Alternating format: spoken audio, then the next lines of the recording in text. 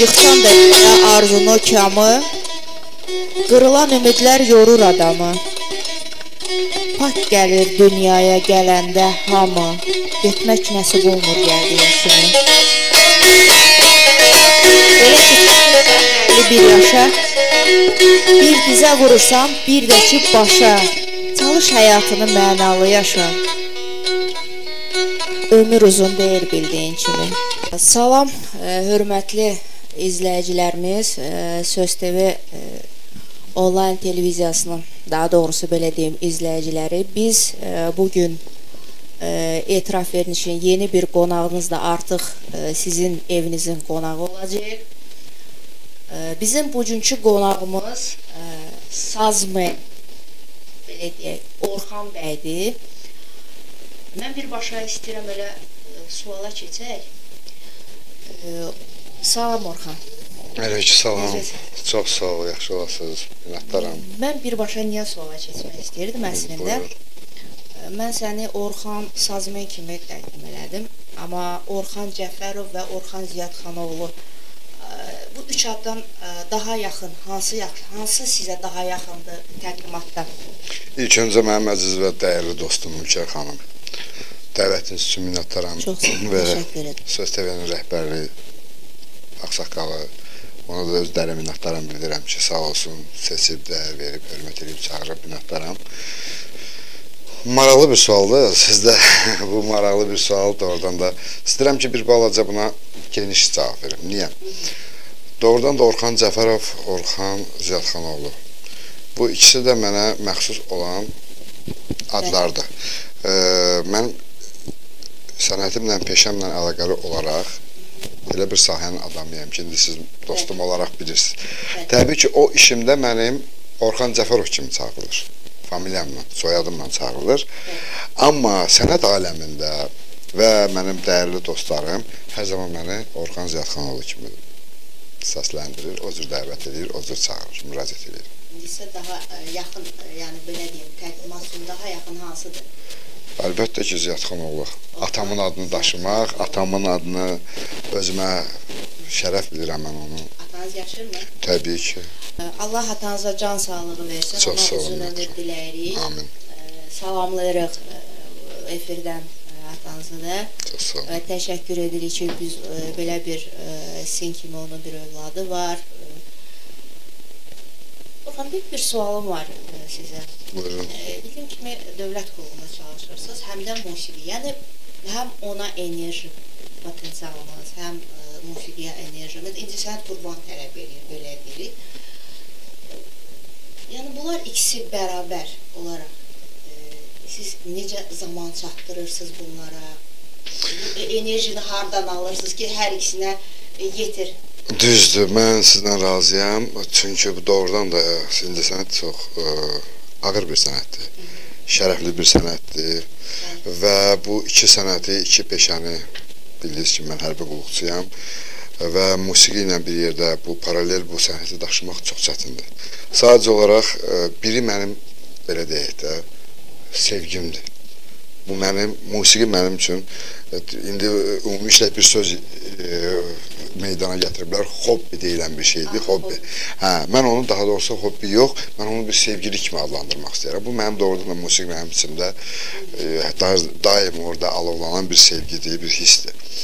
Amma digəri də ki, təbii ki, mənim artıq öz ixtisasımdır, öz sənətimdir, peşəmdir. Çətin olsa da sevə-sevə ikisini də daşıyıram, dözürəm. Musiqiyə gəlmək üçün nələri qurban vermişsiniz? Bax, incəsənət deyir, qurban tələb edir. Bax, bu zamana qədər nələr qurban vermişsiniz? Olmuş ki, məsələn, evdə deyirlər ki, yox, ged özünə sənət tap, ged başqa işlə məşğul ol.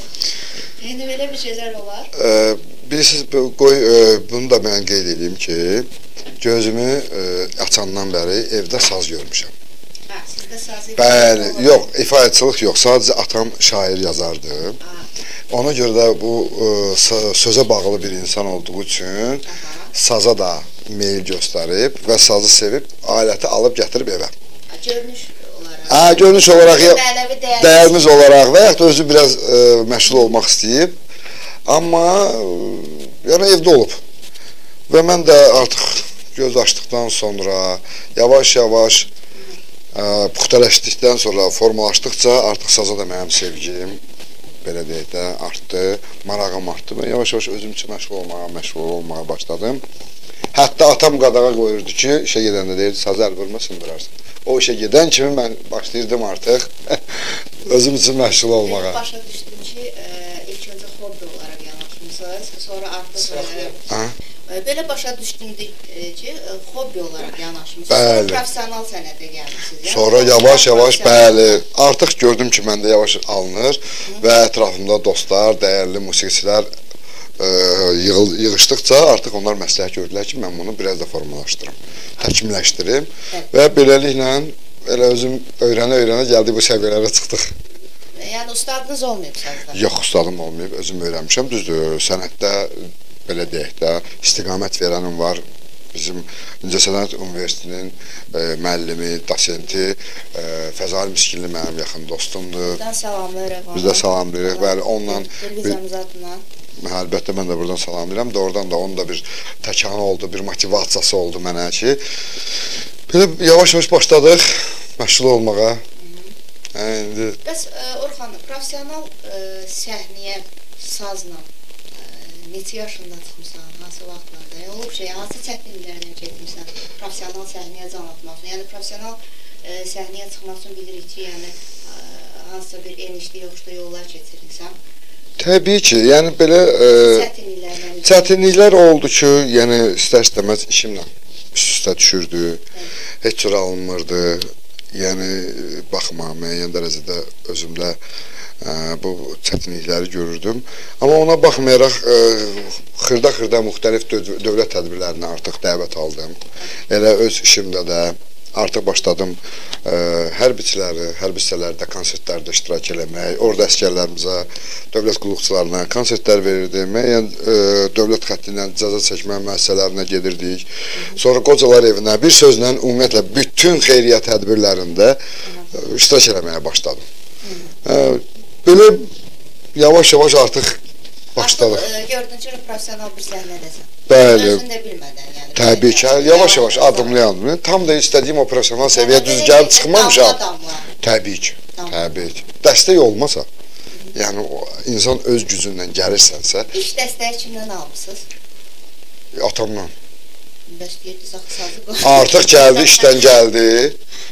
İşdən gələndən sonra gəldi və qapıda onun danışdıqları xatirələri mən sizinlə paylaşıram. Dərsdən gəlib, işdə mənim atam uzun müddət təhsil işçisi olub, müəllim olub, Ziyadxan müəllim. Dərsdən gəlib görüb ki, mən artıq orada hər hansı bir musiqini və ilk öyrəndiyim Azaflı dübet idi, qoca qartlar. Ona el arasında qoca qartlar deyirlər, amma Azaflı dübet idi. Ki, görüb ki, qapının kənarından eşidib ki, mən yavaş-yavaş bu mahnını zümzümə eləyirəm özüm üçün. Onda qapını açdı. Mən orada bir həyəcan yaşadım. Təbii ki, saz əlimdə. Dedi, narahat olma. Bundan sonra sazı verdim sənə. Saz oldu sənin, məşğul ol, öyrən. İlk dəstəyim oldu, ondan böyük dəstəyi nə ola bilər? Hal-hazırda ifa elədiyiniz bu saz həmin atanızın sazı. Bəli, qara sazdır. Bu qara sazdır. Bu sazın hardasa bir 100 yaşı var. Hətta biz o zaman Qərbi Azərbaycandan məcburi köçkün gələn vaxtlar burada isti soyuq, bu taxtadan da özü biz təmiz ağaçdan olduğu üçün istiyə soyuğa dözmədi, biraz çatladı, müəyyən nöqsanlar əmələ gəldi. Biz də bunu gözəl el oğlumuz var, Rizvan dayı, bizim Qərbi Azərbaycanlı. O getdim onun yanına, təmir elədi, düzdür, qoşdu. Elə həmin sazında ifa edirəm, Əhməd Sadaqlının sazı olub 100 yaşı var. Hətta atam o qadağa qoyurdu, istəmirdi ki, deyirdi ki, bu mikrofonları düzdürmə, çünki sazı dəyişdirmə, qıymırdı. Bunu bir şurup bağlamağa belə qıymırdı, amma məcburən Bildiyimə görə səs effektinə nəsə təsir görür. Təsir eləyir, bəli, hadisa təsir eləyir. İndi də İstədiyim, yəni o effekti almaq olmadı. Təbii ki, mikrofon xatirinə, bugünkü gündə gündəmlə ayaqlaşma xatirinə mən bunları elətdirməliyəm. İndi inşallah bunu bir, belə deyək də, bir eksponat kimi, böyük bir xatirə kimi bunu saxlayacağım. Amma özümə qismət olsun, başqa bir saz götürüb onu. İnşallah, yavaş-yavaş. Gələcəkdə hansı planlar qurursunuz? Nə işlər görmək istəyirsiniz? Hansı yeni mahnılar nəzərinizdə varmı ki, yazmaq, nəsə, ağlınızda nələr keçir? Yəni, yaradıcılığına bağlı. Bax, Ülkər xanım, mən biraz hardasa yeniliyə meyil eləyən adamam. Düzdür, təbii ki, bizim klasik 72 dənə klasik saz havaları öz kökü üstündə, o öz yerində. Təbii ki, o bizim o klasik yolumuzdur. Onları toxunmamaq şərtilə. Sazda istəyirəm müəyyən bir yeniliklər eləyim. Estrada üsulunda, mənim bir dənə də yeni demək olmaz, yəni bir il olar lentəyə aldığım bir mahnıdır, rap üslubunda. Bəli, Ramin Nabranla bizim salamlayıram buradan, reperimiz. Onunla bir yeni duetimiz, mahnımız oldu, onu işlədik. Onu da dəvət edərik, İnşallah. bərabər onu da qonaq edərik. Məmnuniyyətlə. Yəni çalışıram ki, sazda yeniliklər eləyim, yeni üslubda, müasir mahnılar, estrada, pop, bu cür mahnılar ifa eləyim ki, sazda artıq sazı dünyaya çıxartmaq lazımdır, tanıtmaq lazımdır.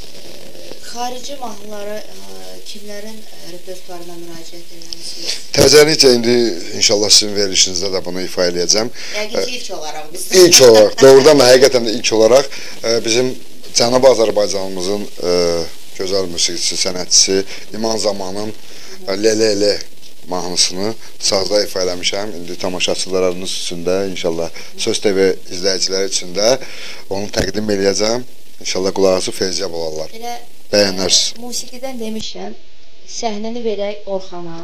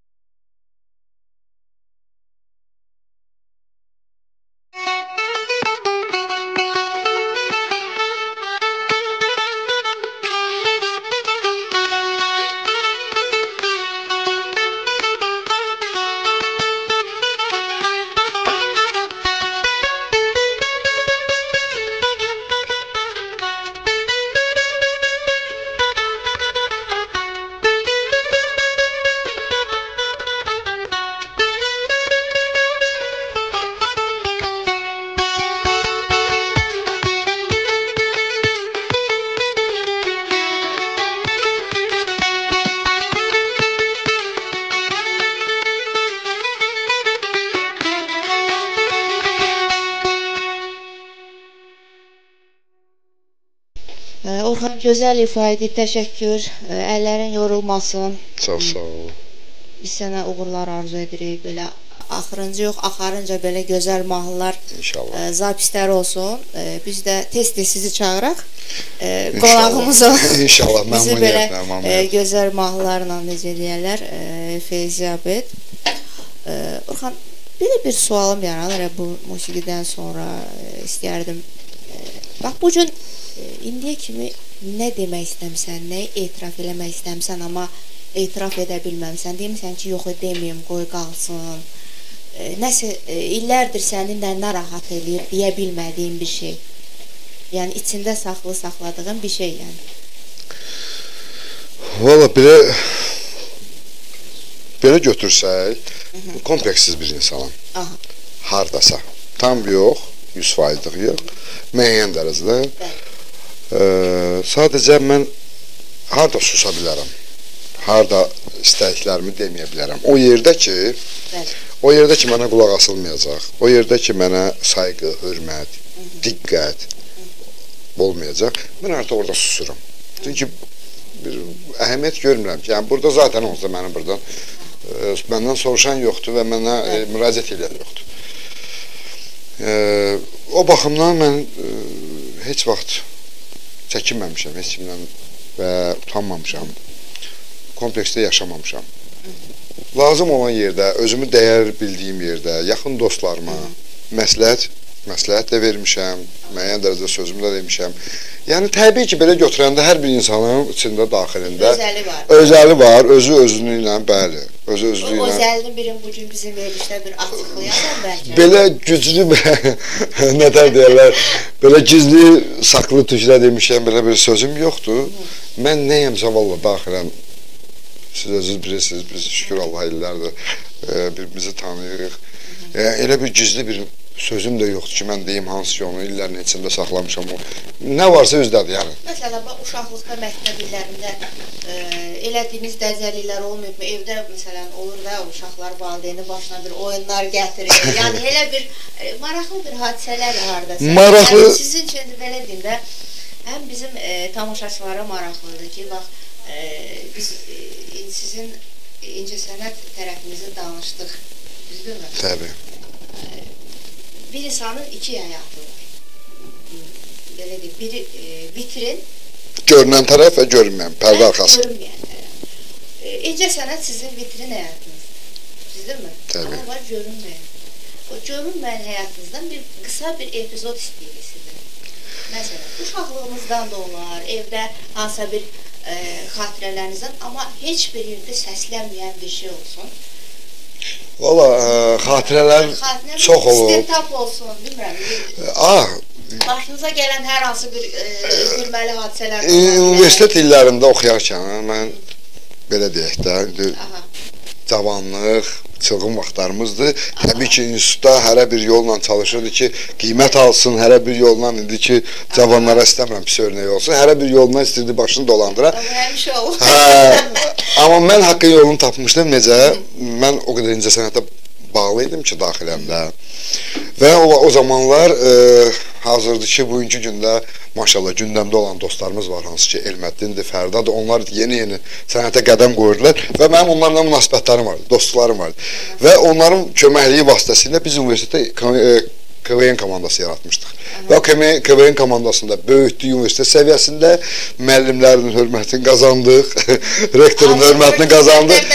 Artıq müəyyən dərəcədə artıq bizə güzəş olunurdu. Oxumasaq da qiyməti yola verirdilər. Yəni bu dəcəlliyi, bu belə deyək də, bu bizliyi eləmişik vaxtında ki, qiymət alaq. Onlarda şpaqalka keçirmişsiniz. Keçirmişəm elə bugünkü gündə də. Etiraf edirəm, bugünkü gündə də şpaqalka olur. Bəzən bizdə imtahanlar olur. Bəli, onları bugünkü gündə də istifadə edirik. Çünki artıq o yaddaşımız da yoxdur, istəsək də. Yəni o yaddaş, o cavanlıqdakı yaddaş yoxdur ki, oxuduğumuz həmən yadda qalsın. Və maraqlı bir hadisələr belə bir şey olub. Sonra bir dənə də yadıma nə gəlir? Deməli, bir başqa bir kanalda bir dəyərli bir dostumuz mənə də dəvət eləmişdi çəkilişə və çox xahiş eləmişdi ki, hər zaman sənin ifalarına qulaq asmışıq. Çox istəyərdi ki, bir səsini də işləyək, bir şeir ifa ilə, saz çala-çala. İnandırım sizi, mən həmin günü xidmətdəydim, 24 saat sutkalıq xidmətdəydim.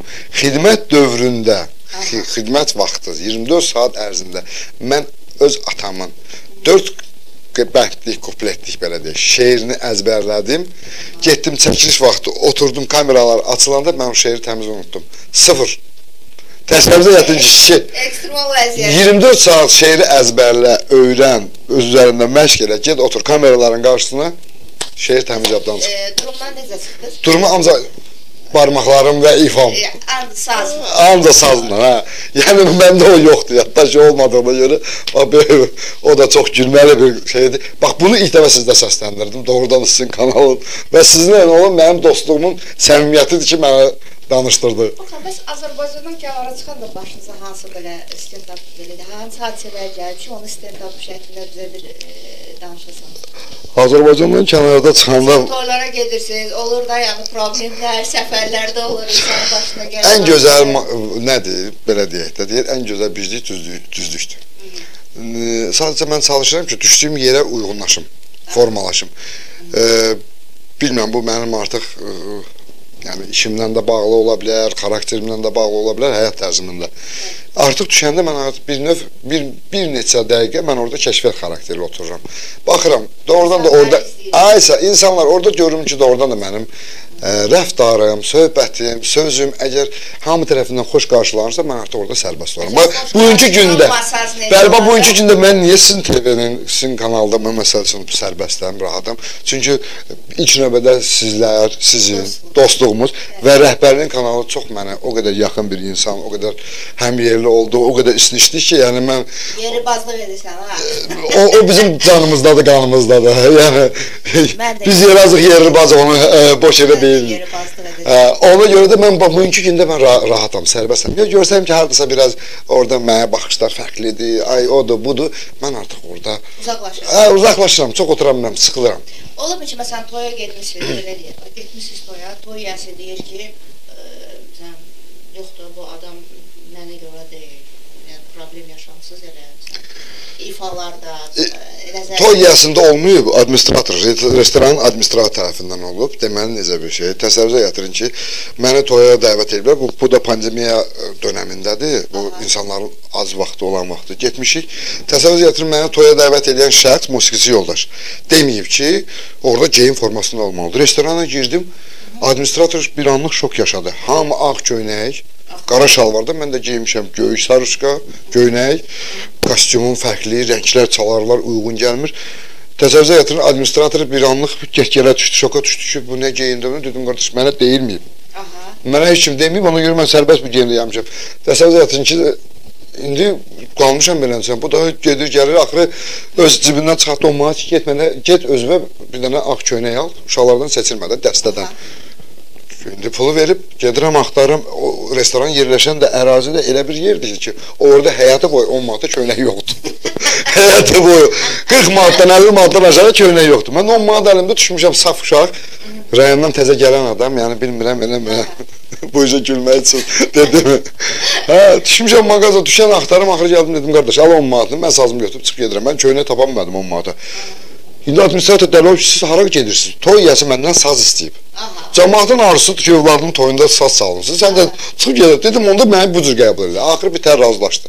Amma inandırım sizə, doğrudan da, həqiqətən də musiqi kollektivi o qədər gözəl idi ki, yəni qəşəng də qarşıladılar və gözəl də müşahidə elədilər. Mən sazla o gözəl bir məclisi o qədər gözəl apardıq ki, artıq administrator gəldi, dedi, qardaş, dedi, qardaş, elə köynəyin də pulu sana qalsın, hava xoşun, heç nə istəmirəm. Təbii ki. Bu belə xatirələr sizinlə belə paylaşdıq. Orxan, verilişimizin ikinci bir hissəsi var. Əslində, belə deyim də, məşhurların aforizmlərindən deyəcəm. Amma son olaraq o aforizm sən yekun verəcəksən. Öz sözlərimlə, öz düşüncəmlə, öz fikrimlə. Bəli. Burada müəllif hüquqlarını tapdalamırıq ki, yəni bu dahilərin sözlərini dəyişməklə sonra rəhmətə gedənlər gəlib bizə məhkəməyə verir. Yox, mən deyəcəm kimlərin sözləridir. Sadəcə onların sözü deyirlər, amma maraqlıdır ki, sizin fikriniz, sizin baxışınız və siz necə bu aforizmi bitirərdiniz. Tamam, olar, maraqlıdır, çox maraqlı oldu mənim üçün də. İnsanlar rəqəmlərə bənzəyir, vəziyyətinə görə. İnsanlar rəqəmlərə bənzəyir, vəziyyətinə görə. Vəziyyətinə görə yox, mən deyərdim, onlar olduğu yerə görə qiymətləndirilir. Məsəl üçün, 0 rəqəmini önə atsaq, heç bir əhəmiyyət kəsb eləmir. Amma 0 rəqəmini sona artırsaq, bu milyonlara qədər qalxa bilər. Amma Napoleon Bonaparte deyir ki, dəyər qazanarlar. insanlar rəqəmlərə bənzər, vəziyyətinə görə dəyər qazanırlar. Vəziyyətinə görə dəyər qazanır. Bəli. Mən deyərəm, amma olduğu yerə qədər. Olduğu yerə Sizin görə. fikriniz? Tamam. Sokratın da bir sözün demək istəyirəm. Optimist bir insan ayaqqabıları oğurlayınca neyniyər? Təbii ki, optimist insan düşdüyü şəraitdən çıxmağı bacarmalıdır. Necə? Baxmayaraq ki, ayaqqabı yoxdursa, məncə yürüməyə, gəzməyə, yeriməyə davam eləyər. Sokrat deyir ki, optimist bir insan ayaqqabıları oğurlanınca ayaqlarım var deyə bilən insandır. Bəli. Yəni ayaqqabı pes olmasa etmir, davam insan edir. Gedə bilər. Doğru, doğru. Soflex deyir ki, bizi həyatın ağır yükündən və istirabından qurtaran tək söz. Sizin fikriniz? Məncə, mənim öz fikrimi istəyirsinizsə, mən deyə bilərdim ki, tək söz insana motivasiyadır. Sən bacararsan, sən güclüsən, səndə alınar. Et, addımla. Sokrat deyir ki, bizi həyatın ağır yükündən və istirabından qurtaran tək söz sevgidir. Bu da gözəldir. O elə tamamlayır. Sevgi də və motivasiyada da önəmlidir. Oskarın gözəl bir sözünü səsləndirmək istəyirəm. Kişilər qadınların ilk eşqi, qadınlar kişilərin. Təbii ki, mənə elə gəlir ki, onların qadın üçün, hər bir qadın üçün istəyər ki, onun həyatındakı kişi onun üçün sonuncu olsun. Mən də elə fikirləşirəm ki, yəqin ki, bu cür səslənər, sonuncu olsun. Aha, son eşq olmalı. Son eşq olmalı, bəli. Zaten elə. Elədir, hə. Descartes belə bir aforizmisi var. Ağıllı olmaq da bir şey deyil. Mühüm olan. Mühüm olan o ağlı zamanında dəyərləndirmək, zamanında istifadə eləməkdir. Üst-üstə düşdü zaten. Doğrudan. Ağlı yerində istifadə etmək bir xal qazandınız. Hanır deyir ki, bugünkü qanunlar böyük ağcaqanadların deşib keçdiyi, kiçiklərin isə ilişib qaldığı. Doğrudan da çox gözəl bir sözdür. Mən bu sözü belə deyə tamamlayardım ki, qanunlar belədir ki, kiçik, böyüklər o toru, Rus dilində setka deyirlər, bizim dildə toru dəlib keçməyə bacarır. Amma o xırdaları gedir, torun müəyyən gözlərində ilişib qalır və həyatı boyu da orada çabalayır. Uyğunluq var, bir hörümçək toru kimidir. Yəni, belə bitir. Bəli, hörümçək toru və yaxud ağcaqanad toru. Hətta deyir ki, mal itirən bir şey itirmişdir, qürurunu itirən bir çox şey itirmişdir, belə deyir. Lakin,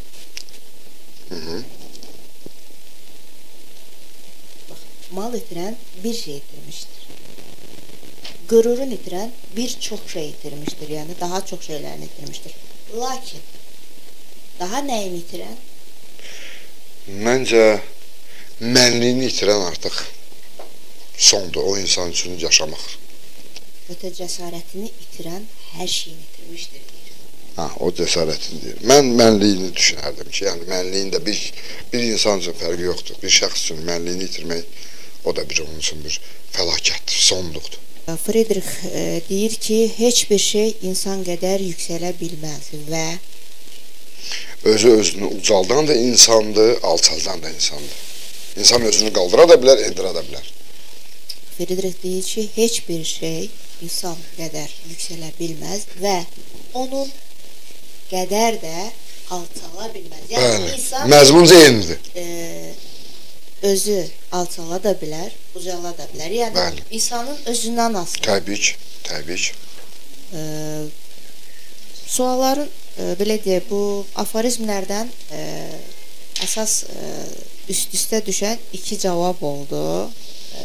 Yəni, dahilərlə fikriniz ikisi üst-üstə düşdü. Demək ki, haradasa mən də dahiliyə doğru gedirəm. Yavaş-yavaş.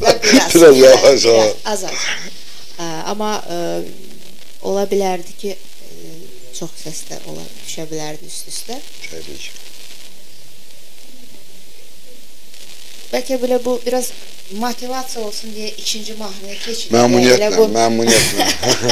Çox aforizmlərdən doğrudan da həqiqətən də çox maraqlı bir rubrikaydı. Zaten 2 sual üst-üstə düşüb. 2 xal qazanmış olursunuz. O da böyük. Qalib hesab olunursunuz.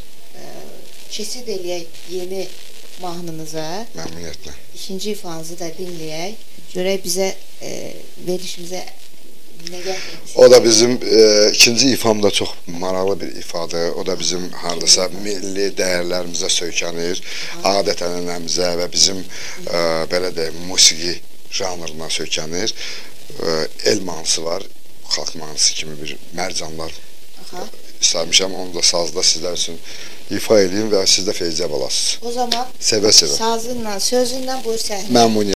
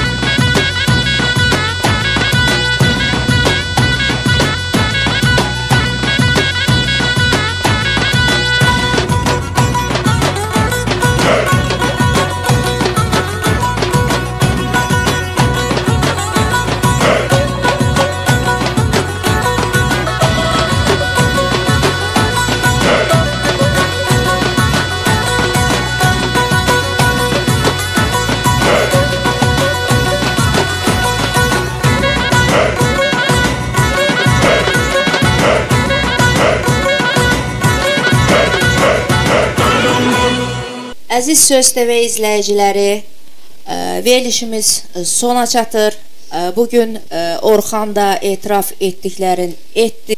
Bugünkü bizim sazlı, sözlü qonağımız Orxan Ziyadxan oğlu idi. Təşəkkürümü bildirəm. Sağ olun dəvətinizə görə. Verilişiniz axarlı, baxarlı olsun inşallah. Ümidvaram ki, tamaşaçılar da sizi bəyənir və sevə-sevə izləyir. Bundan sonra da bu cür davam edəcəklər. Və sizin kanallara mən də abunə olacağam və mən də öz kommentariyalarımı, ürək sözlərimi yazacağam. Uğurlarınız bol olsun. Minnətdaram. Təşəkkür edirik. Çox sağ olun ki, gəldiniz. Var olun. Gələn görüşdə. Sağ olun.